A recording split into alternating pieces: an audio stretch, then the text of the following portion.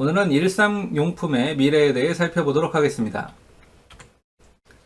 미래 기술에 대한 얘기인데요. MIT 미디어랩의 패티 메이스 교수는 이렇게 말해요. 우리 주변의 일상적 물체들이 생명을 갖게 된다면 어떻게 될까? 그들이 우리의 존재, 주의 초점 및 행동을 감지할 수 있고 유관 정보, 제한 및 행동에 반응할 수 있다면 당신은 그것을 좋아할 것인가? 나는 그러길 바란다. 메이슨 교수는 바로 이런 장치들을 개발하고자 해요. 그녀는 말합니다. 예를 들어 우리는 당신이 쥐고 있는 책이 당신이 특히 흥미있어 할 만한 문장들이 무엇인지를 알려주는 것을 가능하게 하는 기술들을 만들고 있다. 그리고 벽에 있는 당신의 할머니 사진은 당신이 그것을 올려다볼 때 그녀가 하고 있는 모습이 시대에 뒤떨어져 보이지 않게끔 할 것이다. 거울아 겨울아 거울아 벽에 걸린 거울아 누가 세상에서 제일 이쁘니 가장 이쁘니 백설공주의 잔인한 계모는 듣는 사람이 아무리 고통스러울지라도 언제나 진실만을 말하는 불가사의한 마법의 거울에게 이런 질문을 했죠. 오늘날의 과학기술자들은 더 세심할 뿐 아니라 다음과 같은 더 쉬운 질문에 답해주는 거울들을 검토 중에 있습니다. 거울아 벽에 걸린 거울아 이 옷이 잘 어울리니? 미래의 거울은 백설공주에서의 거울이 결코 꿈꿔본 적이 없는 일들을 할 거예요. 당신의 이미지를 사랑하는 사람의 이미지와 공유하고 그것을 휴대폰이나 컴퓨터로 보내서 그들이 비평할 수 있게 하는 것도 포함됩니다. 현대의 마법 거울은 질문에 답하거나 당신을 다른 사람에게 과시하는 것 이상을 할 거예요. 이것은 당신의 이미지를 바꿀 겁니다. 이것은 당신을 더 날씬하게 보이게 하거나 당신의 이미지 위로 새 옷을 씌워서 옷을 입어보는 수고 없이도 옷이 어떤 모습으로 보일지를 알 수 있게 할 거예요. 그리고 당신의 머리 모양을 바꿀 수도 있을 겁니다. 갈색과 파란색은 당신에게 어울리지 않아요. 이 윗옷을 입어보세요. 이 구두를 신어요. 라고 말할 수도 있겠죠. 똑똑한 기술은 즐거움을 더 높이고 삶을 단순하게 하고 우리의 안전을 더해주는 역량을 가지고 있습니다. 이 기술들이 허점없이 실제로 작동할 수만 있다면 우리가 이것을 어떻게 쓸지를 배울 수만 있다면 말이죠. 이제 우리는 일상적 물체들이 점점 더 똑똑해져 가고 있는 새 시대로 진입하고 있어요. 이것은 여러 영역에서 일어나고 있지만 자동차 영역에서만큼 빨리 일어나는 것은 없어 보입니다. 그리고 오늘날 자동차에 있는 것은 미래에는 부엌, 침실, 거실에도 있을 거야. 지능적인 승용장치는 세계적인 자동차 회사들이 사람의 편의와 안전은 물론 운전의 많은 요소들을 자동화하기 위해 개발한 프로그램의 하나입니다. 스스로 운전하는 차는 머지않았죠. 부분적으로는 이미 스스로 운전하는 차가 오늘날에도 있습니다. 지능적인 대행자, 똑똑한 집, 주의 환경 이것들은 오늘날의 대학과 연구소에서 여러 연구 프로젝트의 이름이죠. 여기에는 한편으로 즐거움과 안락을 더하고 다른 한편으로는 에너지 사용과 같은 환경적인 문제에 더 예민해지기 위해서 당신의 음악을 선택하고 실내 조명, 밝기와 색 모드를 제어하며 일반 환경을 수정하는 시스템들이 포함됩니다. 다른 프로그램들은 당신이 먹는 음식, 당신이 하는 활동들, 그리고 당신이 상호작용하는 사람들까지도 감시할 거예요. 거의 모든 사람이 휴대폰을 하나씩 가지고 있는 나라에서 휴대폰 서비스 기업은 휴대폰을 활용한 다양한 지능적 서비스를 고민할 수밖에 없죠. 예컨대 당신이 언제 당신의 친구 가까이에 있는지를 알려주거나 결제에 사용되거나 당신에게 마주친 사람이 누구인지 식별하게 해주거나 이동 일정 등을 제공하는 그런 휴대폰 말이에요. 당신의 기분을 감지하고 제한하는 휴대폰들도 고려되고 있습니다. 자동차 제조회사들은 차가 규칙적으로 낡은 것이 되고 사람들에게 유행을 쫓아가게 만드는 패션 물품으로 생각될 수 있다는 것을 오래전에 깨달았어요. 전화기 제조회사들도 같은 일을 해왔죠. 이는 또한 시계의 경우에도 마찬가지여서 이제 시계들은 기술이 아니며 보석류처럼 패션처럼 팔리고 있습니다. 냉장고들도 전면 패널에 화려한 화면을 가지고 있어서 얼음 및 물 배출구 바로 오른쪽에 보통 있죠. 당신이 알고 싶어하는 또 하리라고 디자이너가 생각한 것은 무엇이든 당신에게 말합니다. 디스플레이에 표시가 돼요.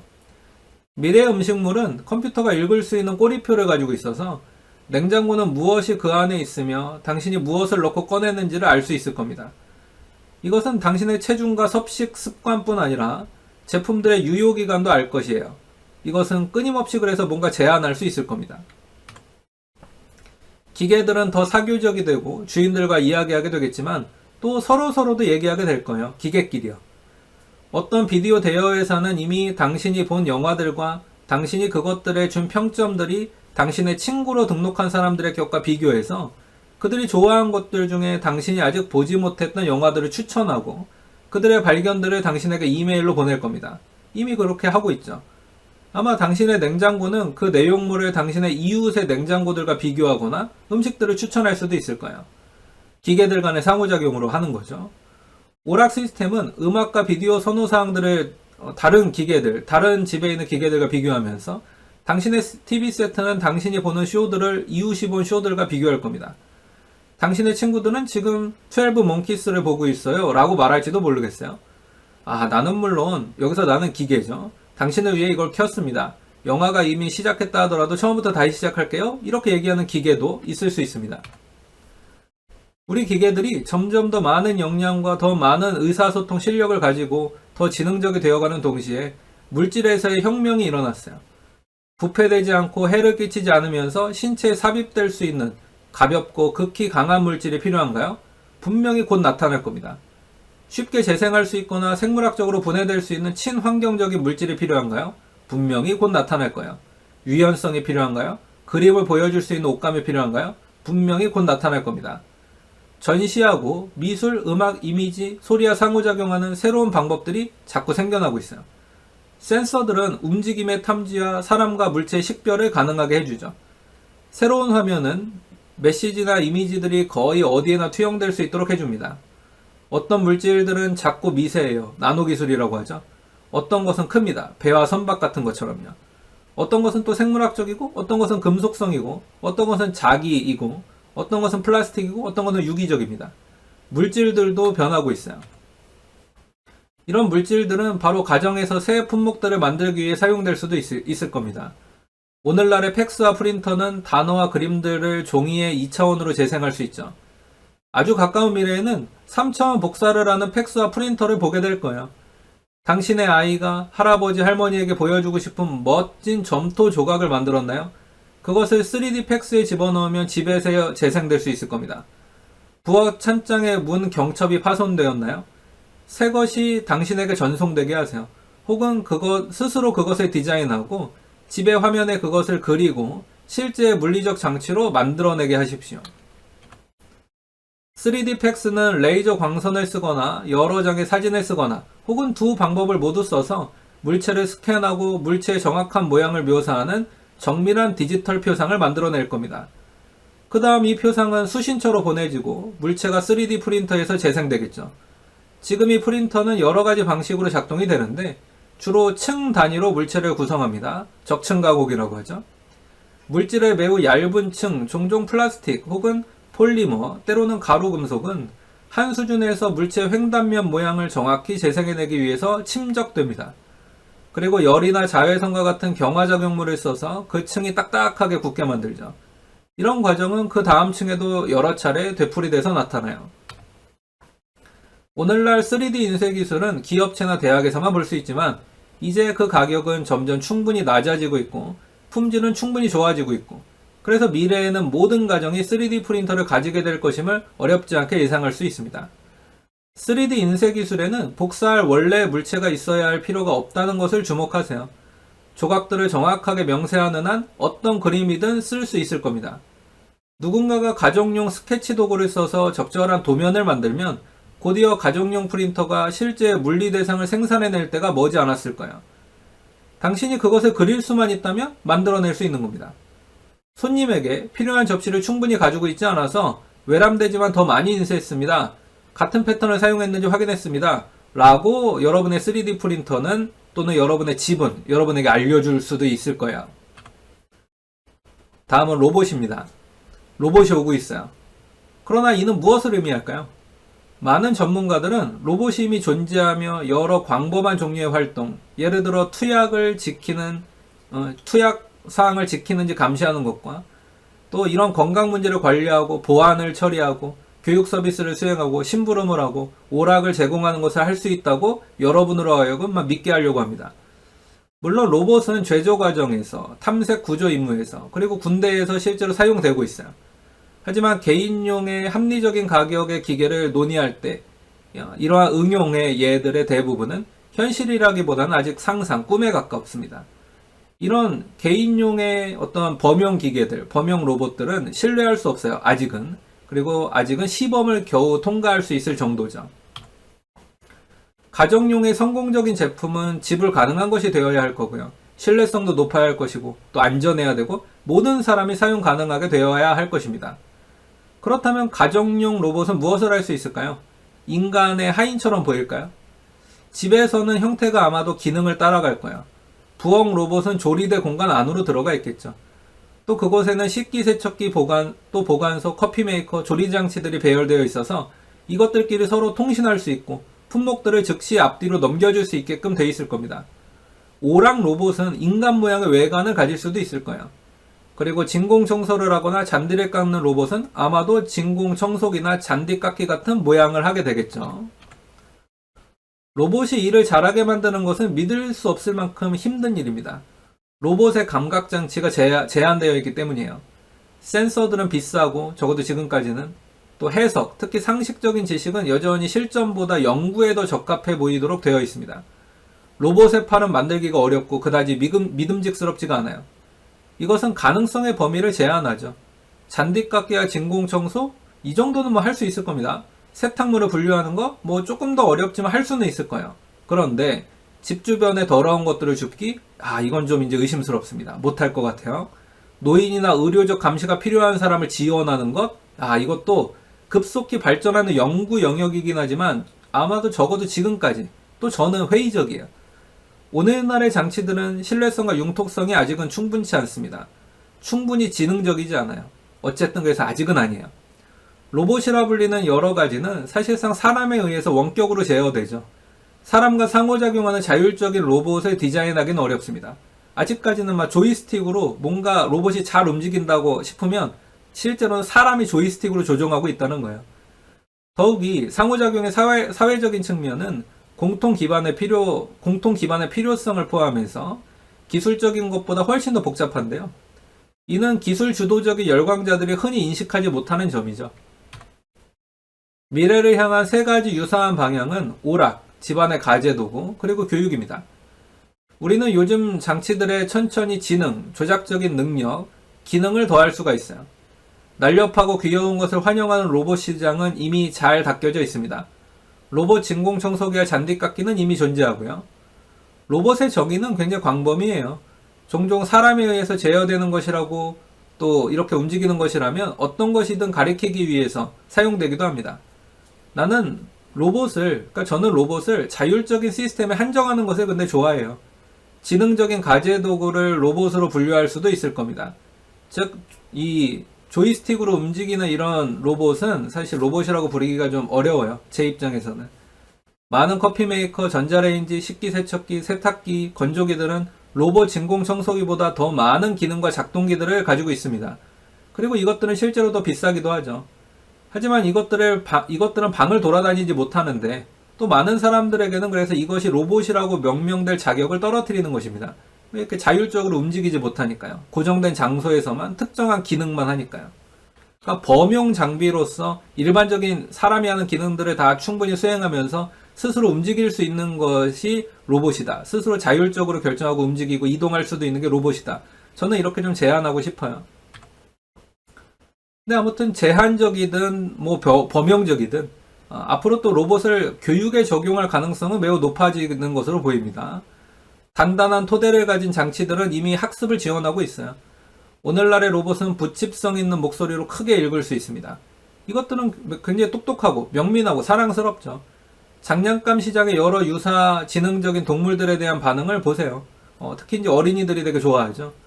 로봇은 교육적인 이득도 주면서 아동과 매우 잘 상호작용할 수 있습니다.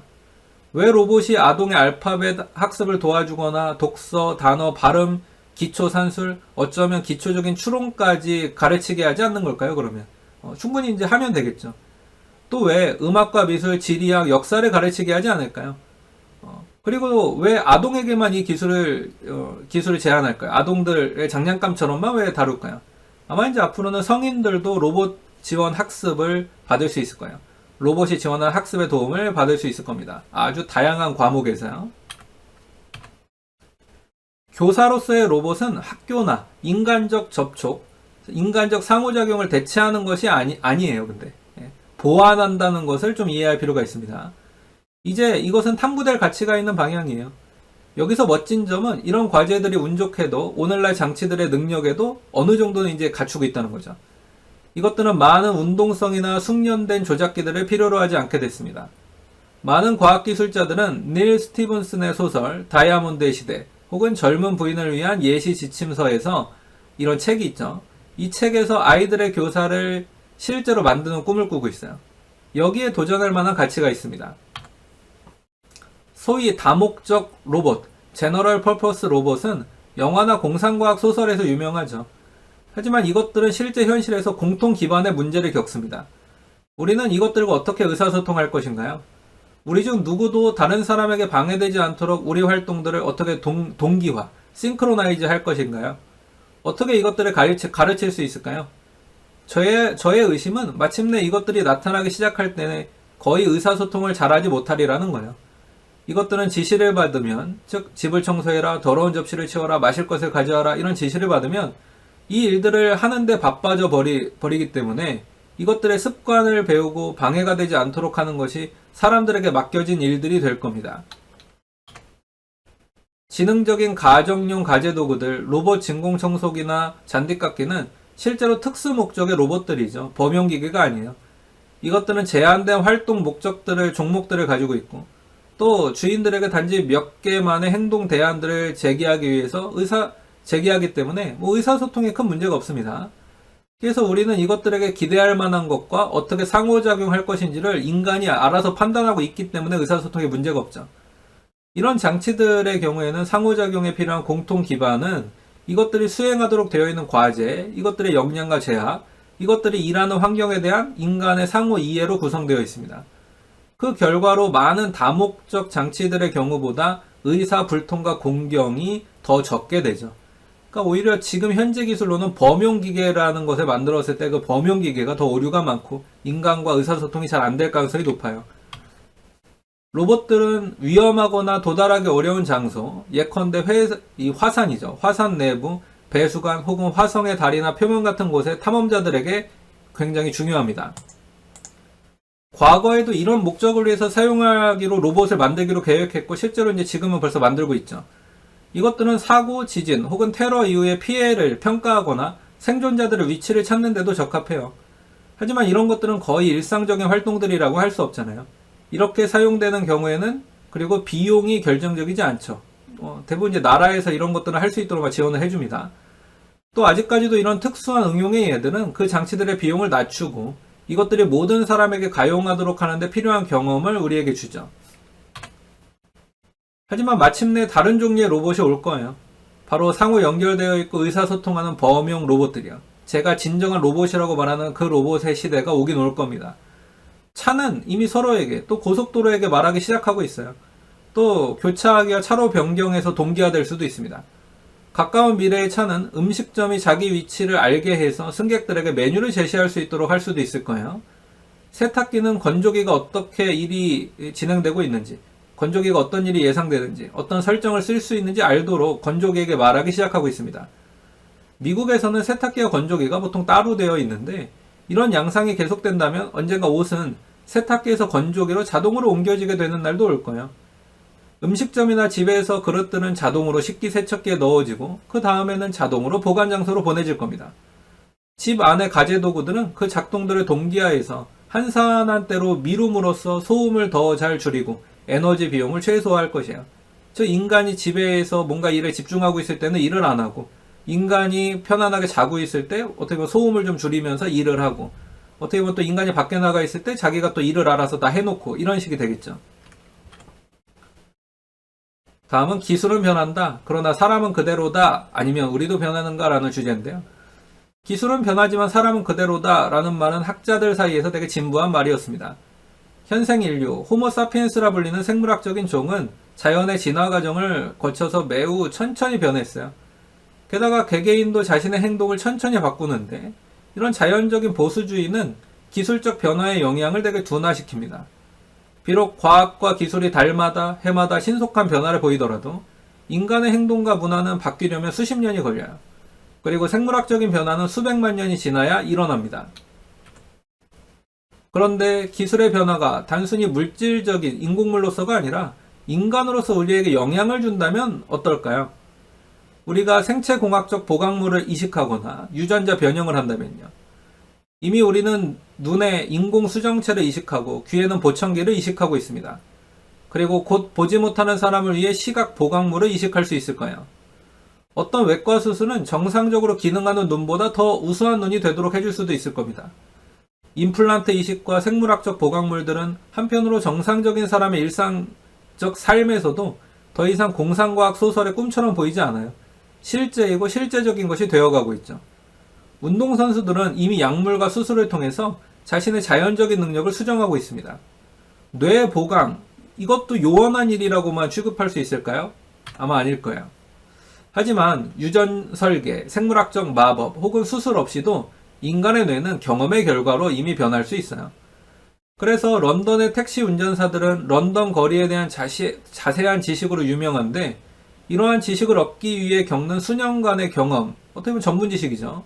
이런 전문적인 경험을 통해서 해마라는 우리 인간의 정보 처리의 중추, 이 해마 뇌 구조물의 크기가 커지는 것으로 알려져 있습니다. 이는 단지 런던의 택시 운전사뿐만이 아니에요. 많은 전문가들은 자신의 전문성과 관련 있는 뇌 구조를 확장시킨 것처럼 보이죠. 경험은 뇌를 변화시킵니다. 그러니까 신경이 강화되는 거예요.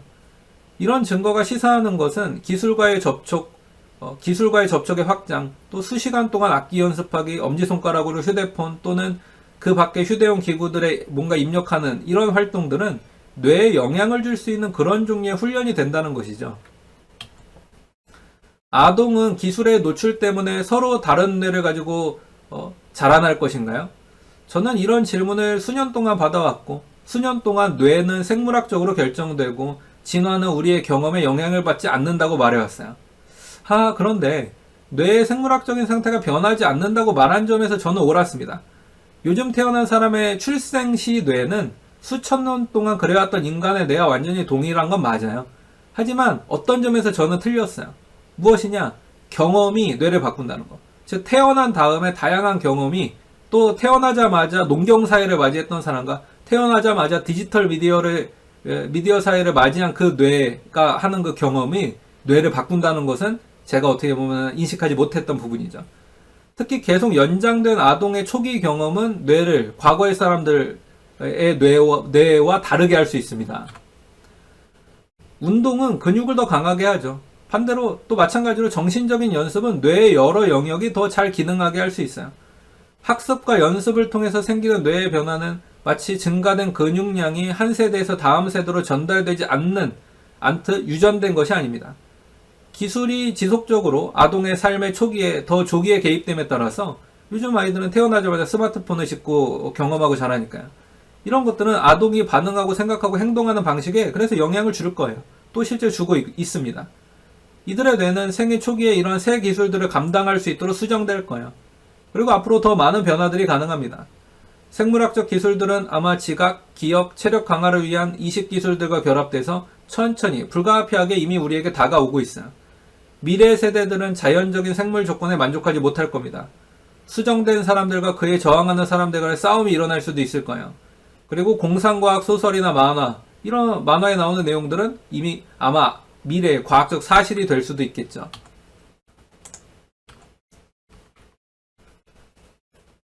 기술의 순응하기라는 주제로 넘어가 보겠습니다. 우리 인간은 융통성이 있고 적응력이 있어요. 우리는 기술이 있는 그대로 취할 수도 있고, 또 그것 없이도 갈 수 있습니다. 사람이 기계에 적응해야 한다고 말하는 것에는 위험이 있어요. 어떤 디자이너나 공학자들은 이런 권고에 대해 맥락을 고려하지 않고 해석하죠. 그래서 이들은 이 말이 그들이 원하는 대로 디자인할 수 있는 자유로운 지배권을 준다고 믿거나, 기계의 효율성과 디자인, 공정, 그리고 어떤 건축의 편리를 위해서 자신들의 작업을 최적화하려고 할 것입니다. 하지만 이 말이 부적절한 디자인을 위한 변명은 아니에요. 즉 인간이 기술에 순응하는 능력이 있고 인간이 적응력과 융통성이 있다는 게 부적절한 디자인에도 알아서 적응해서 잘 써라 라는 것에 대한 디자이너들, 개발자들의 변명이 될 수는 없는 거예요. 우리는 분명히 이런 것에 적응해서는 안 됩니다. 우리는 가능한 한 최선의 디자인들이 필요해요. 이것들은 사람에게 민감하고 인간 중심적이고 활동 중심적인 디자인에 관한 최선의 규칙들을 모두 따르는 것들이죠. 하지만 최고의 디자이너가 가능한 최선의 일을 했을 경우에도 기계는 여전히 부족한 것이 많습니다. 이것들은 여전히 융통성이 없고 완고하고 또 요구가 많을 거예요.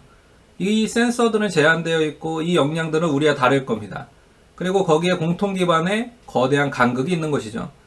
인간은 지역 방어, 지역 사투리를 쓰는 사람과도 적절한 대화가 가능하고 의사소통이 가능합니다. 인간은 융통성이 있고 추상화 능력이 뛰어나고 일반화 능력이 뛰어나기 때문이에요. 하지만 표준어를 학습한 기계가 과연 지역 방언 사용자와 적절하게 의사소통할 수 있을까요? 아마 적어도 지금까지는 아닙니다.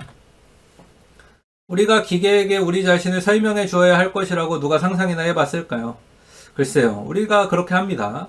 우리는 우리 자동차에게 진정으로 좌회전하기를 원한다고 설명해야 해요. 고맙긴 하지만 지금은 거실을 청소하는 것을 원하지 않는다고 우리가 진공청소기에게 말해야 할 때가 올 것입니다. 부엌에게 지금 배가 고파서 먹고 싶으니 좀 뭐라도 좀 해줘 라고 말해주고 음악 연주기에게 조깅하러 갈 테니까 내 속도에 맞는 음악을 골라주겠어? 라고 말해줘야 할지도 몰라요. 기계가 우리의 의도를 안다면 도움이 될 것입니다. 마치 우리가 그것들의 의도를 안다면 도움이 되듯이 말이죠. 하지만 다시 말하면 기계지능은 아주 제한되어 있기 때문에 그 부담이 우리에게 있어요. 이런 적응은 우리 모두에게 도움을 주는 것으로 결말이 날 것입니다. 집이나 사무실을 장애인들이 접근 가능하게 만드는 것이 모든 사람에게 유익한 것으로 드러났듯이 말이죠. 기술에 적응하는 것은 새로운 현상이라는 것을 명심하는 것이 되게 중요해요. 최초의 도구가 만들어진 이래로 개별 기술의 도입은 우리 행동 방식을 바꿔왔습니다. 1800년대에 전기가 가스관에 대체했을 때 집에 전선을 연결했으며 수도 설비와 화장실이 집 안으로 들어오자 관을 추가했고 전화기, TV, 그 다음 인터넷 연결을 위해 선과 콘센트를 설치했어요. 2000년대에 우리는 우리 기계를 위해서 우리 집을 다시 바꾸게 될 수도 있습니다. 2000년대에 들어서면서 여러 나라들이 동시에 인구 고령화 문제에 직면하고 있어요. 사람들은 노인 가족들 혹은 자신들의 편의를 위해 집과 건물을 재구조화해야 한다는 것을 깨달을 것이에요. 이들은 승강기를 추가하고 현관 출입구에 경사로를 만들고 수도꼭지와 문의 둥근 손잡이를 지렛대로 바꾸고 문간을 넓혀 휠체어의 통행이 쉽게 해야 할 것입니다. 조명 스위치와 콘센트들은 더 쉽게 접근할 수 있도록 옮겨질 것이고요. 조리대와 개수대, 식탁의 높이는 조정되어야 할 거야. 아이러니컬하게도 우리는 노인들에게 더 편한 삶을 제공하기 위해 기계들을 도입하지만 그로 인한 변화는 기계들에게 더 편한 삶을 만들어줍니다. 왜 그럴까요? 기계는 운동성, 민활성, 실행면에서 노인과 비슷한 제한점들을 공유하기 때문이에요. 여러분, 인간과 기계가 서로 겨루는 날이 올까요? 여러분의 냉장고는 여러분에게 먹으라고 유혹하지만 여러분의 체중계는 그래서는 안 된다고 주장할 수도 있습니다. 상점은 당신에게 뭔가를 사라고 하는데 당신의 휴대폰 안에 개인 보조원은 거부할 수도 있어요.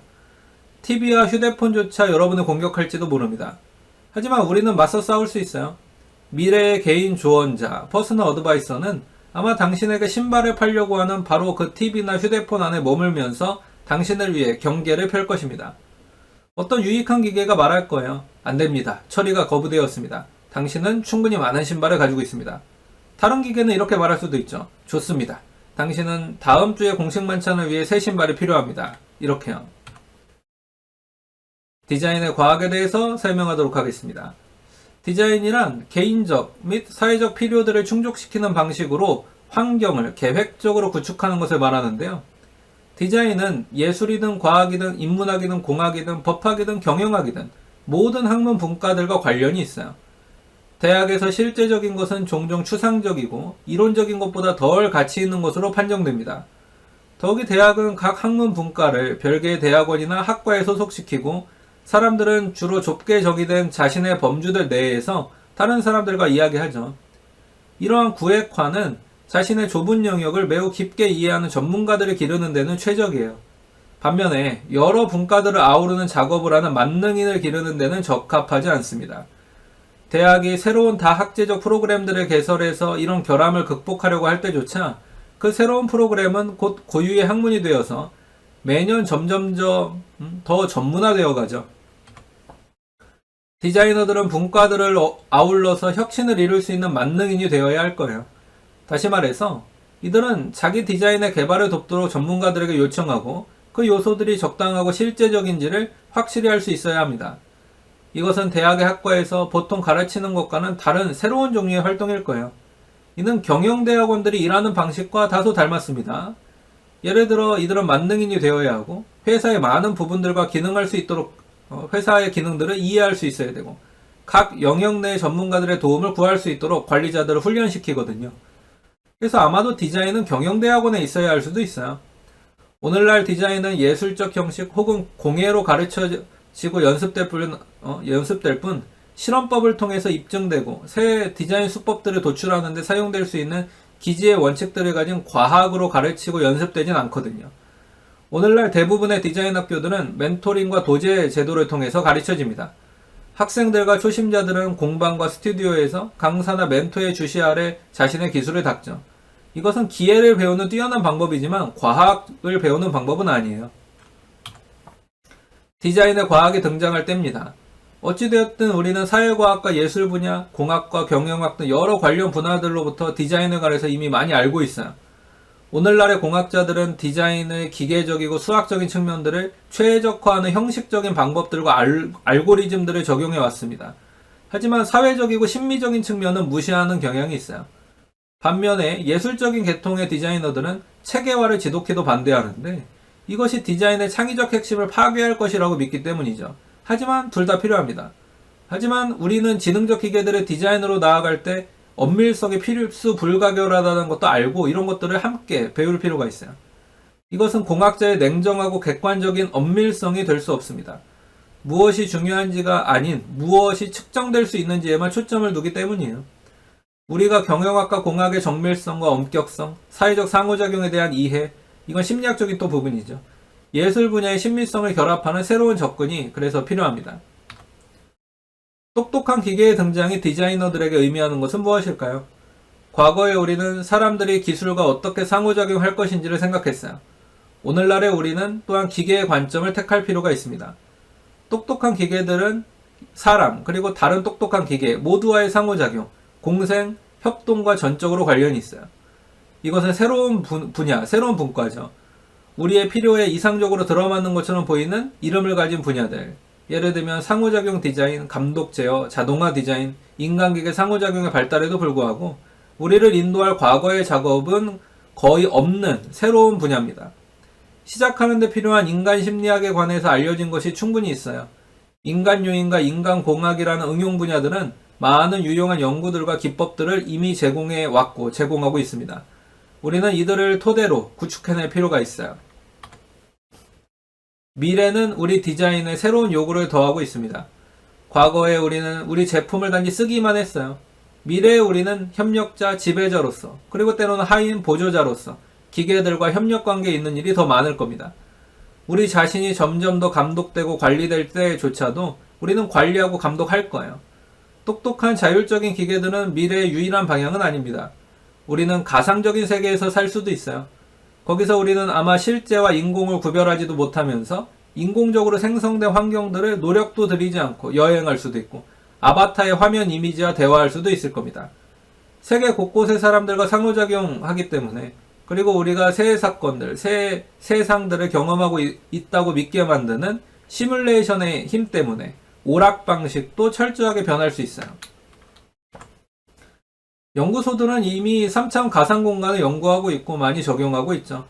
이것은 역동적인 세계의 세세한 이미지들이 바닥과 벽, 그리고 천장에 화면으로 나타납니다. 이것은 정말 놀라운 경험이죠. 교육과 오락 모두에 도움이 될 수 있는 경험입니다. 이것은 또한 공유된 체험이라는 것을 주목해 보세요. 여러 집단이 그 환경을 함께 탐구할 수 있기 때문이죠. 이것은 교육적이고 오락적일 뿐 아니라 감정적으로 호소력 있고 몰입시키는 미래예요. 우리는 바야흐로 혼란스러운 시대와 흥분시키는 시대, 위험스러운 시대와 유쾌한 시대를 위해서 내장적으로 흥분시키는 상호작용들, 행동적으로 만족시키는 상호작용들, 그리고 숙고적으로 즐거운 상호작용들을 눈앞에 두고 있습니다. 물론 어쩌면 그렇지 않을 수도 있어요. 하지만 이러한 것이 얼마나 잘 성공할지는 미래 세상의 디자인에 감성 소프트웨어와 심리학 간의 이 융합에 그리고 이 융합을 잘 적용한 디자인과 개발에 달려 있을 것입니다. 강의는 여기까지로 마치도록 하겠습니다. 감사합니다.